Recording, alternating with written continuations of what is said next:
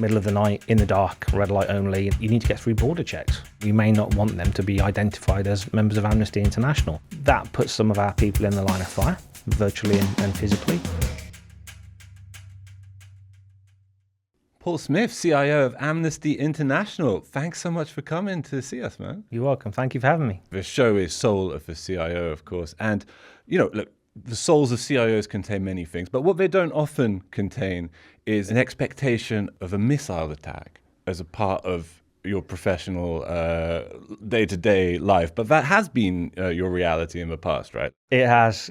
So in my early career, I cut my teeth in defense in my early part of my technology career. And as part of that, I got to fly out to parts of the world like Afghanistan when the Afghanistan conflict was happening. What year was that you were doing there? That would have been over 20 years ago now. So that was in the 90s, late 90s, early 2000s for me. So yeah, that was a long time ago. Feels like a long time ago anyway.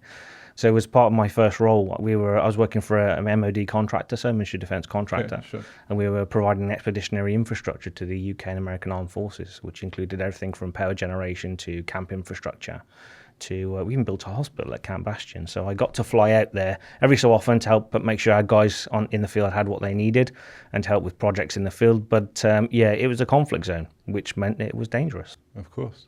What was your title at the time? I was an IT manager at the time. IT manager, yeah. So that's when I first cut my teeth, and it was a fantastic baptism of fire. Yeah, sure. For a young lad, nothing compared to what some of the young lads and lasses experienced out there as part of our armed forces, But as a young lad, young father, getting to go out there and experience all of that as a civilian, really as well, was phenomenal for me. You kind of grasped at it. You thought, this is great. This is going to be fascinating. This is going to be exciting. Yeah. Or it's just a necessity. It was, you had responsibilities. You had a job. It was exciting. My parents were terrified. Yeah, I think they were absolutely terrified. But for me, it was exciting. I mean, I'd only ever travelled abroad on the French exchange at school. So all of a sudden, I'm going to these remote and exotic parts of the world, probably to places that I would never ever otherwise travel to, or they'd ever perhaps want to travel to. But yeah, it was a fantastic opportunity for me to see and hear and feel things. And but as I said to my parents at the time, I think it's dangerous, but also at the same time probably one of the safest places in the world. Mm-hmm. I mean, you're surrounded by thousands of armed personnel, some of the most sophisticated military equipment in the world. Real sort of yin and yang kind of experience. You say that it was very relatively safe. You're surrounded by all this gear, but as I understand it from my notes, sometimes you're on the base and sometimes you're not, right? Yeah. So it wasn't always the case that you were secure. Absolutely. So I mean, obviously you have to get there to start with. So we used to transit through Dubai and fly in with some of the armed forces personnel, and and incoming aircraft were a target for some of the bad guys out there. More often than not, I'd fly between Kandahar Airfield and Camp Bastion. And that would be a Hercules flight, middle of the night, in the dark, red light only. You sat in cargo nets, taking some very interesting routes through the mountains to avoid potential enemy fire. And also, we had a lot of our guys that worked what we called outside the wire. So they would go physically outside the camp infrastructure and have to work, frankly, to do stuff for the local civilians or in support of our project teams. And so every so often, you may have to support them in doing that. Not very often, I would say. Biggest risk for me was probably traveling. Doing a Windows update, Literally, yeah. I mean, it's everything. I mean, back then it was everything from Windows updates to putting satellite infrastructure in to, setting up welfare equipment. So the guys had somewhere they could go and Skype home. It was Skype at the time. Yeah. There was a whole range, and supporting on the construction. So, we built, I think we built a hospital at Camp Bastion, which would rival many NHS hospitals back here.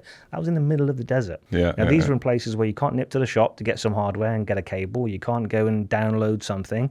You may have a 1 meg ADSL connection if you're lucky. So you had what you had. So it was bits of string, sticky back plastic.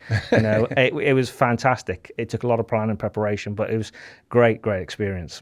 What do you think you learned for the rest of your career from that particular phase of it? It polished up the preparation skills, I think. You learn to be self-sufficient. I learned gratitude, actually, I have to be honest. I got to go and share dining facilities with some of the armed forces personnel from all over the world. And these are young lads and lasses that are 18, 19, 20 years old that were flying Apache helicopters, at that age, or going on tour into the desert and coming back. And you can see they've been out for a couple of weeks. So it teaches you a lot of gratitude and also the unbelievable capability of youngsters. I was in awe of some of these guys and girls. I really was. You're a young guy yourself at the time, right? I was, you only mentioned you were like 19 and already a father. Yeah. And I have to say, a common recurrent theme in Soul of a CIO, early responsibilities. So I mean, I ask how that came about, but I mean, I do know. I mean, you have to break it down for me. But what was that experience like? How much do you think that changed your path at that young age? I was terrified. I at the time I remember feeling like I hadn't finished being a kid myself, and all of a sudden I was thrust into fatherhood. And I had a fantastic working class upbringing. I had lots of really good working class values instilled in me, and I immediately switched into provider mode. What can I do? What do I need to do? What examples do I need to set? Yeah. And that set me up for life, really, for good and for bad, because you can get tunnel vision with that stuff too. But being an early father, it instilled in me, a drive to want to do good, and to do the best for my family, which is, I wasn't ready for it at 19, but I adopted it pretty quickly. Do you ever hear the phrase, the child makes the man?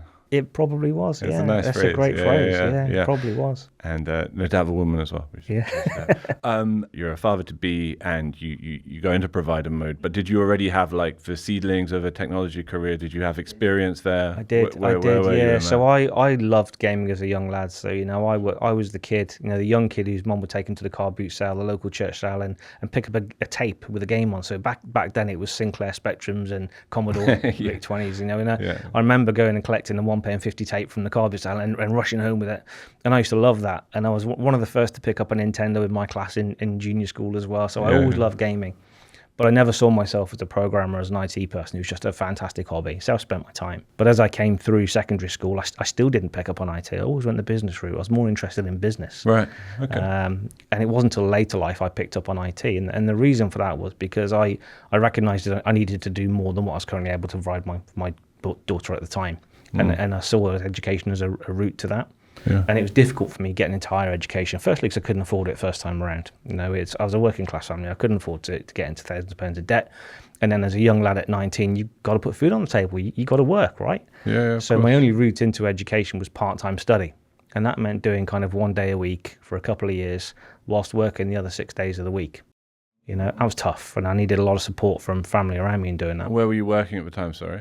I did a lot of different things at the time. Right, so, I did everything I did everything from working in electronics to cleaning public toilets. Sure. I was even did a little stint as a security guard, believe it or not. So that is provider mode, right? You have to do what you had to do, right? But it wasn't, as I say, it wasn't until sort of later life I saw tech as a route in. I was interested in it. It was either tech or engineering. Didn't quite fancy engineering, so I went back to tech. But all the work I'd done in business study, I guess, through school really set me up well. And do you feel that, that kind of taste you have for the business side of business would kind of pronounced itself more and more as your tech career developed? Absolutely. And how did it show itself over Absolutely. I think so. I mean, from talking to my peers and colleagues and friends who have themselves developed a tech career, I think it's been evident to me that it's helped me because technology doesn't happen in a vacuum, right? I mean, it relies on process, it relies on people capability. Tech's delivered with people, for people, to people. So unless you understand how the organization is going to work, how it can maximize the benefit in tech, you're going to miss something where the rubber hits the road. So it really helped me to understand about organizations and business in the round. How many years were you in defense, sorry, did you say? About eight years, I think. 8 years. Yeah. So what was that progression like in the different responsibilities? It was fantastic. I mean, I'm really grateful, actually, because I was subject to some phenomenal mentoring. I mean, these were ex-armed forces personnel in the main. But they invested really heavily in me. I'm talking tens of thousands of pounds in training. That's technology and otherwise. I mean, I was sponsored to do an MBA, which is not cheap. I was selected as a potential future director of the organisation. But more broadly than that, I was given mentoring and experience and exposure to parts of the business that for technology leaders back then, it wasn't common. More latter thinking like today is about the whole individual and development. It was, these are armed forces guys and girls. There's very hierarchical in command. But I was given this amazing free reign and amazing exposure and amazing experience and actually commitment to follow it through. Even in financial turmoil, they still committed to keep paying for the courses and keep paying for the training. I hope because not only they saw something in me, but they recognized the value I could then deliver back to the organization. But it was a story of continual progression, lots of training, lots of exposure, lots of opportunity to get my hands dirty, and actually a lot of promotion as well. I've been lucky in that sense. Do you remember how, like, where you were in your career when you first not just heard the title CIO, but thought of it as a viable thing? I mean, maybe it was year 2, I don't know, but at some point you must have thought this is a possibility, and it could have been early or late. It was late in my career, actually. I think when I started out, I wasn't thinking too much about titles. I just wanted to be the most senior guy and do the best I could in whatever form that came. probably when I started out, it was just more about the money, as I said, because I wanted to provide for the kids. Didn't really think anything about titles. And I still don't, if I'm going to be absolutely honest with you. I just enjoy being able to make a difference. Anymore, Well, I don't know, but I mean, I like to be able to make a difference. And for me, part of that means having a seat at the top table and being able to educate and inform and listen and understand business challenges so I can respond to them better. Yeah. So I like to have my hand on the steering wheel, I think, and I like to be able to lead a team. I like freedom in that sense. And it just so happens that a CIO is a role that can help you do that. It's another recurrent theme in this show is the significance of mentorship in people's careers and the desire to be a mentor in turn. Right? Absolutely. Yeah, I mean, I was lucky, as I said. I mean, I was very grateful, and I recognise now what I had actually back then in terms of the opportunities. And as I've progressed through my career, I think I felt it incumbent upon me to do that the same for others. Because my route to where I am has not been straightforward, and I want to kind of make it easier for the next generation, or even for my kids. And I think it's incumbent on all of us to pay it forward a little bit, to leave the world in a slightly better place. And I look around me and I see some fantastic kids that can't get into tech because they can't afford it either, or they don't have the opportunities, or no one will give them a chance because they don't have the 10 years experience straight out of university. Who does? So there's a lot of that. So I try and do what I can to get involved in initiatives now and to provide formal and informal mentoring toward that.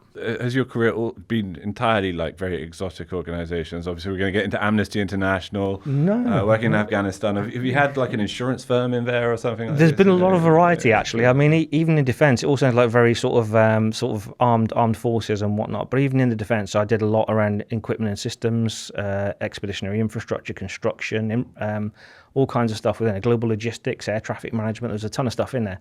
But through my career, I then progressed more formally into kind of direct marketing and big data management, which led me into multi-vertical industry, everything from travel to financial services, non-profit, automotive, helping these very different organizations in very different industries maximize their relationships with their supporters or customers for strategic impact. And that's been great. Again, the variety was there, the opportunity to learn was there. And I led some fantastic software development and delivery teams in delivering those sort of single customer view, single supporter view engines and marketing automation. And then more latterly, I've moved into non-profit, but I've always done kind of bits and pieces around my substantive role, be they advisory roles or volunteer roles. So I do like variety. And a bit of excitement. Absolutely. Yeah. Soul of the CIO is sponsored by NextThink. Now, if you work in IT, you'll know too well how disruptions can derail productivity fast.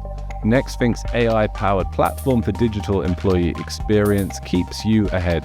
It uncovers issues others can't see and resolves them automatically with employee-centric AI and always-on automation. Employees stay productive, IT stays proactive and even preventative, and leadership sees results. NextThink, ahead of every IT disruption, behind every strategy. Learn more at nextthink.com. And how did you end up in non-profits specifically, and what attracted you to it, not just in terms of what it's able to do for the world, obviously, but in terms of the atmosphere and spirit of the organizations? Great question. I mean, I think maybe I'm getting old, but I start a bit of altruism, probably. I remember I was walking on a North Devon beach with my wife, and I remember seeing the RNLI flag, Royal National Lifeboat Institution flag, on a beach, and there were some lifeguards there. And North Devon beaches are beautiful. They really are. They're stunning. And I remember saying to my wife over a coffee how great it must be to work for an organisation like that makes such an impact. It's not just about money. It's not just about selling more widgets or making someone rich. And at that point in my career, that appealed to me. And I don't even know really how I ended up at RNLI, but I think an opportunity came up. Someone kind of mentioned it to me, and I applied. And that was the start of a real story for me, I think. But I've started to realise you don't get any younger, do you? And as you go through life, you start to think more about legacy, and you start to think more about the impact you have whilst you're on the planet. Maybe that's the father coming out to me. I don't know, or the parental instinct, but that's really what drew me to non-profit to start with. And were you already a supporter of Amnesty? Did you have a relationship to it at all? Was it? Well, it's again through the networks. I got to meet a few people, and through a mutual connection, I got introduced to the then CIO at Amnesty, and we got talking about shared challenges and things we're working on. and I offered some help. I said I could probably be a sounding board. I could probably help you with these few things. And actually, we decided after a few coffee catch-ups to turn that into a more formal arrangement. So I was invited to be the only external advisor on a technology strategy steering committee. So I come in kind of once a month, try and offer some objective advice, help with some governance, help with some challenge and constructive criticism. And that was fantastic for a period of time. And then when that CEO then decided to move on, I was presented an opportunity to apply for the role, and the brand was just too big to turn down. Of course. And were there some parallels, or did you have some very relevant experience to this very different organization from your period in the arms sector, effectively? Well, it felt like it. Once I really landed and I understood the organization, when you realize that Amnesty as an organization operates in some of the most dangerous places in the world, in the name of investigative journalism and protecting human rights. We go to the war zones, we go to places where people are harmed, and the understanding of the risk that presents to our people and the sorts of things they need was something I had in my experience, But then more broadly understanding how to increase impact and awareness and education of the organization. Again, that came out of my direct marketing background. I felt like I could add some value there. So there was a whole heap of things that kind of came together, in the role at Amnesty. And I've got enough freedom, thankfully, to the team there, and a great team underneath me that can really help me to kind of channel that and try and make a difference. And also presumably like a sense of of a relationship between technology and people's lives, people's well-being. I mean, give us a picture, if you would, of what the Amnesty International IT infrastructure looks like globally. That's a great question. So Amnesty, for those that don't know, is a global movement of more than 10 million people in 150 countries and territories that campaign to end abuses of human rights.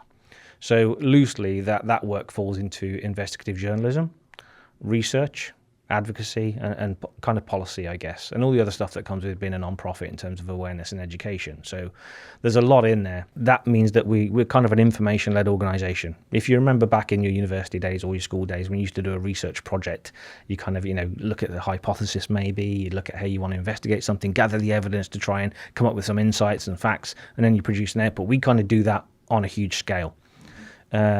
Because it's important. I mean, we have to hold governments and big tech and dictators and so on to account and support criminal investigations where necessary too at the International Criminal Court. So we do some really heavy stuff. That puts some of our people in the line of fire, virtually and physically. And it presents a fantastic challenge and opportunity, really, because we're such a diverse organization globally. Different languages, different beliefs, different values, different ways of working. So that presents opportunity in things like common ways of working, equitable access to information and technology and support services, multilingualism, all these fantastic things. So what I see in my organization is a lot of what you may see from the outside, which is the digital divide between global north and global south, perhaps, the haves and the have-nots, people coming from different backgrounds. But the technology, I mean, as I say, being information-led, we work a lot around collaboration. Translation technology is also important to us. The basics, actually, getting people access to good internet, reliable power, good laptops that work, good communications that work, being able to support people when they're off on their own, off grid, so to speak, doing investigations and gathering evidence, and then helping them to do something with that evidence when they get back to make sense of it and analyze it. And on top of all the normal business support services you might expect for a multi-million-pound organisation in terms of enterprise resource planning systems, cybersecurity. I was going to say cybersecurity stands out. I mean, what give us an overview of the cybersecurity considerations for 10 million person strong, highly sensitive organisations such as Amnesty? Again, operating globally presents with some unique challenges and opportunities, particularly because, we do upset some people given what we do and in the name of what we do. So we are target to nation-state actors in terms of cybersecurity threat, and these have unlimited resources, right? And they target a non-profit to specifically discredit you, disrupt your operations, find out who the whistleblowers were. These are all sorts of things that bad actors would try and do. And so we have a lot to do in that space particularly. And I've got a great team that, frankly, that do a wonderful job in helping us to defend the organisation from some of that. But it's also a little bit more linked to the physical real world. So in a lot of organisations I've worked in, it's always been a kind of a conversation around the bad guys are out to get you a little bit. And we've, talking about some theoretical risk that may or may not ever transpire. At Amnesty, it's very real. So some of our supporters, they can't say what they need to say sometimes. They can't whistleblow, they can't report stuff. They have to be careful what they say online for fear of having a knock on the door. and getting physically arrested and interrogated. So it's not just about protecting the organisation, it's about protecting the privacy and security of our supporters as well, to allow them to help us advocate for human rights. So the challenge is broad, and it's a wonderful one to have in terms of a technology leadership individual, because you get to respond to all of this stuff, but it's relentless in that sense too. You'll find us on some bounty hit lists as well, quick Google. Yeah, I'm sure, sadly. You mentioned, investment, and obviously it's a huge organization, it's a non-profit.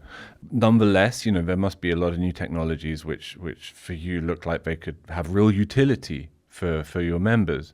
And how do you strike that balance, and what areas do you see huge potential in where you can actually really give something to the people who you work with? Great question. I think, how do you strike the balance? I think carefully. I think, because our money's not our own. We rely completely on donor funding.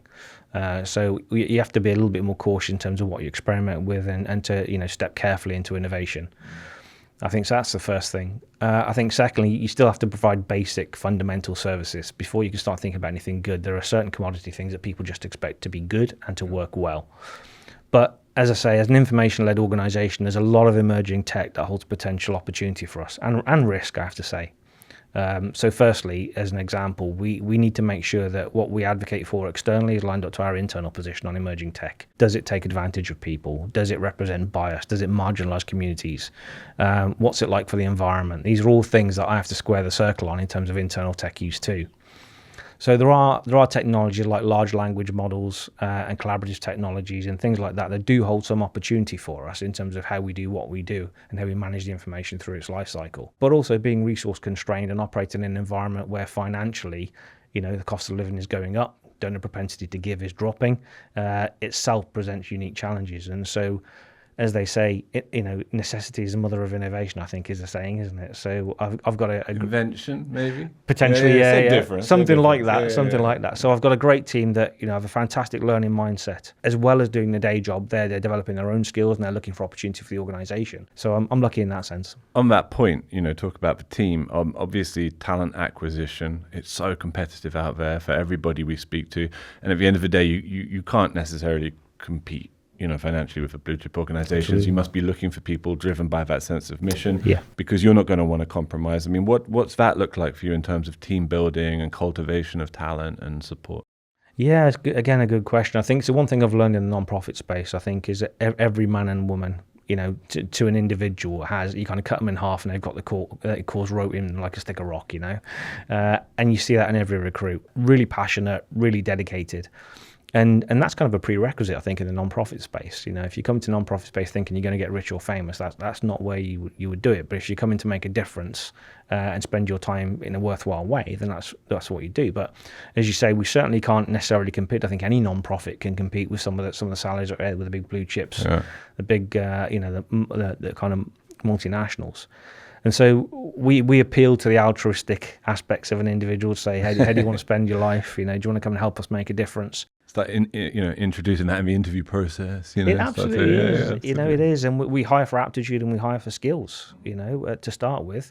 And you do start to look at the whole individual a little bit more. What potential does the individual have? What do they bring to the table? What's their, what do they think? What do they believe in? You start to think a lot more than have they got the 10 years experience and a few certificates and in you come. Not saying that's what everyone does, but it's been great because I've been lucky as a result to have a whole load of people that are completely driven for the cause, happy to go the extra mile. They can see the difference that their work makes directly, absolutely directly. And that's very rewarding as well. So I try to share that where I can.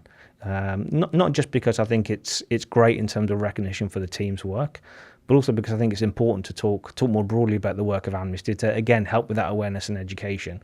And hopefully instill the benefits of working in a non-profit a little bit more in industry. Your leadership skills have been cultivated. What are you looking for as indicators of leadership potential in your team? I think first and foremost, a learning mindset. Mm-hmm. I think in technology, the second you stand still, you start to go backwards. So you've got to be willing to learn and actually relearn, because I see too many individuals, I guess in any profession, that think they get to a certain point and think they know it all. I'm still learning there from anything and everyone around me. So I look for people that are willing to learn. I look for a can-do attitude. In knowing X, that might be a constraint, that might be frustration, but in knowing that, what can we do? What can we control? What can we, grip and do something with? So I look for that. Certainly the purpose, as we've touched on, because that's the get out of bed factor. I look for those that have got hopefully good people skills. As again, going back to what we said earlier about understanding that tech doesn't happen in a vacuum. Even in your own team, you need to work with people to get the best out of each other, and also because people rely on you to do what you do. No one operates in isolation. So there are a couple of good traits there, but I try and be open-minded in terms of diversity. We've hired some fantastic people in our team that have got slightly different thinking tendencies, perhaps that you expect, or slightly different approaches, slightly different ways of working. But that's brought a richness into our team that otherwise we wouldn't have had. So all these things are really important, but trying to look at the full kind of 360-degree view of an individual is really important to us. Thinking tendencies, aptitudes, that sort of stuff. And do you feel that that's something which has really entered the picture in IT and technology leadership in particular over recent years? I mean, you're in the third decade of your career right now, right? What are the most profound ways in which IT has changed and developed during that tenure? Been less about technology, hasn't it? I think, in my views, and certainly as my experience as I've got higher up the career ladder, is that it's been more about people, more about business, more about strategic impact, more about understanding where the risks and opportunities are. It's been less and less about working with the tech, to be honest. I think the tech has become more and more black box as software as a service now, right? I mean, anyone with a credit card can go and buy the thing they need, or buy the consultancy they need. I think the key for senior technology leaders now is to understand the organization they're in, and to be able to apply all of that in the organization they're in. That's the skill. It's where the rubber meets the road. And you can't do that as a pure out-and-out technologist. It's not to say there aren't roles out there that are specifically about product development. I think that's great. If your organization's about a product and about a product roadmap or a portfolio of products, then you can afford to be more purist in terms of technology.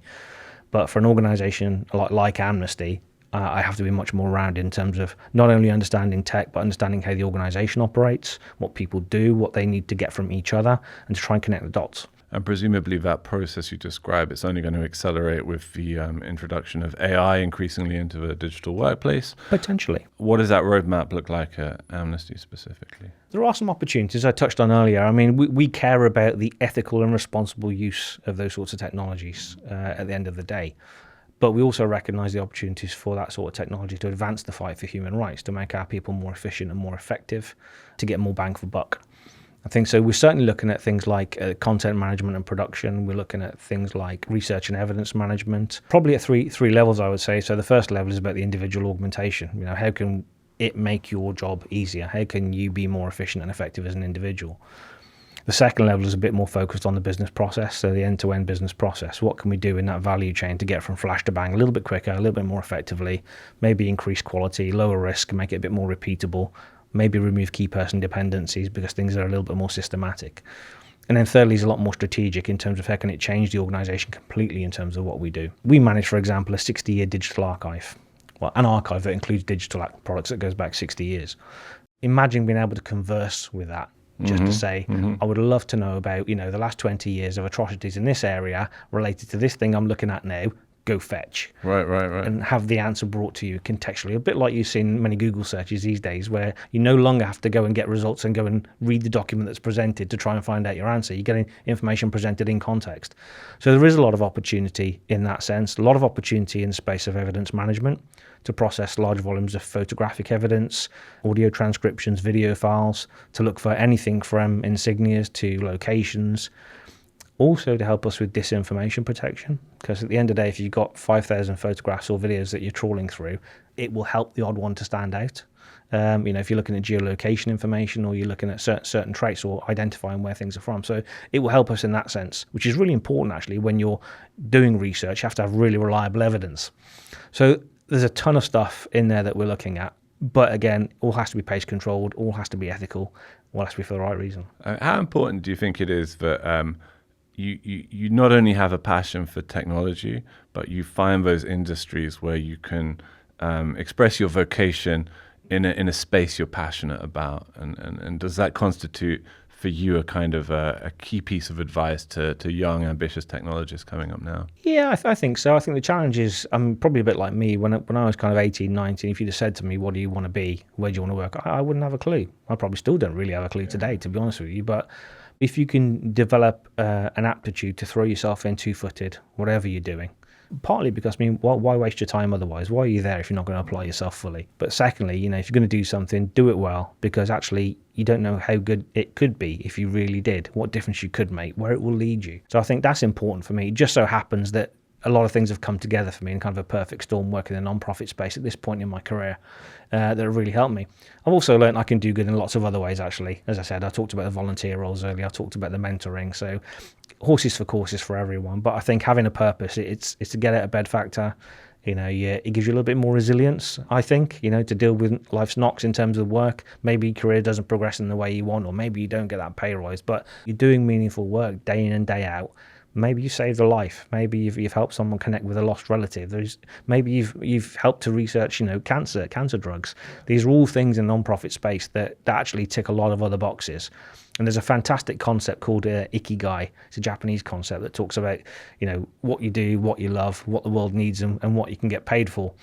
And if you have all of those things, that's supposed to give, you know, satisfaction, a sense of fulfillment. And I love that. And I really felt like I kind of ticked those boxes in the non-profit space. Amnesty International, remarkable digital workplace, but still a digital workplace, right? And like so many, I'm sure there's an aspiration towards proactivity, a concern with digital employee experience, not to our sponsor Nextvink, etc.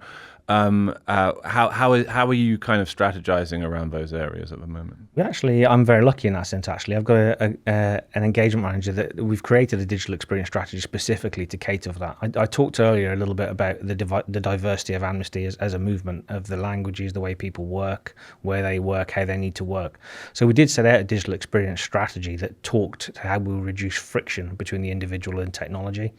Because at the end of the day, they need to be able to use the technology to work. So no good just putting out a great tool and expecting people to engage with it.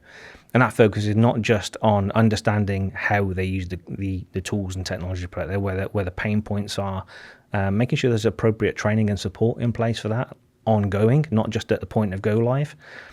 Taking feedback as well, actually, you know, things like customer satisfaction surveys and digital friction surveys to understand where in the process of using that technology they may have struggled. Some very good user experience sort of techniques within that. So sitting and watching people work, you know, asking them what screen they struggle with, asking them to find things, you know, on a screen that you expect them to be able to do, but then actually observing if they can do it or not. These are really important for us because that enables us to make sure we're getting the most out of our investment in technology. I talked earlier in the non-profit space being limited in its investment, and one of the easiest ways that you can maximize your benefit is by constantly training and talking to your people, because there is a churn in your staff, you know, in your people. Things get forgotten. So there's a whole piece around that which, you know, talks to communications, training, listening, learning, and actually responding to that feedback. So that's been a real core part of what we've done. And actually that whole digital experience piece is a core part of my technology strategy now. That IT engagement role sits on my senior leadership team and is the voice of the user. So when we're making technology decisions, we make them on the premise that we don't want to make someone's job worse. And he is the voice of the user in those rooms. In previous careers, it's always been kind of the empty chair in the room, right, as being the customer. But I've got that individual in the room now who understands the way the organization works, understands how something may potentially land with the organization, but is a core part of all of our decisions. So not only can he provide that input in, but also he can take that message out to the organization in terms of being best placed to advocate for the tech, talk about the why we're doing it, and so on. So it's a core part. What was the phrase again, Paul? Where, from your time in defence, where someone's working outside the wire. Outside the wire. Outside the wire. Might be the name of this episode. We'll see. Does Amnesty have the equivalent of outside the wire? Like, are there jobs where you have professionals in the field who are doing things IRL, very much outside of a secure comfort zone? I mean, can you give? Obviously, no question, we would want you to betray anybody's security. But are there illustrations of this which you could give to give us a sense of these dimensions of work? Absolutely. I mean, anyone that watches the news these days knows where conflict is happening in the world. And actually, there's a lot of conflict that happens in the world that never makes the news. Actually, it's equally as bad. But as I touched on earlier, you know, we've all seen kind of the BBC news clips where people are working in war zones, the investigative journalists that are walking around, you know, the Kevlar armor, and they're talking to people and trying to get video evidence of things. We have to do that too, you know, and sometimes that means operating not with the Amnesty badge on. You know, you may not never know we're there, but we've got to go there, and we have to try and get stories out from the individuals affected, try and gather evidence for what's happening really in real life on the ground. So in a way, it's very similar, but also these individuals often work alone as well. So there's a lot of risk that these people place themselves in. Sometimes they go off grid to do it. They'll disappear off grid, off comms, do what they need to, and then come back, and that's when the uploads and the feedback happens. But investigative journalism as a role can be highly risky in some of the areas we work in, communist areas of the world, or areas where people are under oppression. Would sometimes, what we think of as like IT operations tasks suddenly assume a sort of a dimension of risk or because of a political context? Yeah, certainly. I mean, travelers that go to areas of risk, we have to think about even the kit they go with and the communication stuff they go with. A particular example would be because you need to get through border checks, for example. We may not want them to be identified as members of Amnesty International for a particular reason. So making sure they're going with clean kit, with untraceable kit, and that their digital security is intact. These are all things that are really important to enable them, firstly, to get into where they need to get to operate where they need to operate, and then to get back out again. So it's a bit like covert operations in a sense. I think there's something like that, but that's an extreme. That happens, but it's an extreme. On the other side of the fence is probably more enterprise grade collaboration, where maybe teams will go in together and they can be badged as Amnesty, and they're working with other partners or other non-profits, government agencies even. And so that you're then starting to think about collaboration tools, enterprise level collaboration tools. You're starting to think about information sharing and data sharing, the access to the tools and services they can get. So, for example, to look at geopolitical displacement, so satellite imagery and all that kind of stuff. So it's fantastically diverse in the operational challenges we're presented with from a technology perspective, right across the spectrum, from tools we use, the digital experience, the cybersecurity, the privacy protection, and the services that we can draw on in an easy way, sometimes where there's limited connectivity at all. We talked about necessity being the mother of invention. I think in this instance, necessity was the mother of an absolutely phenomenal and fascinating career. Paul, thank you so much for coming on Solo for CIO. It's been an absolute pleasure. Thank you so much for having me. Thank you.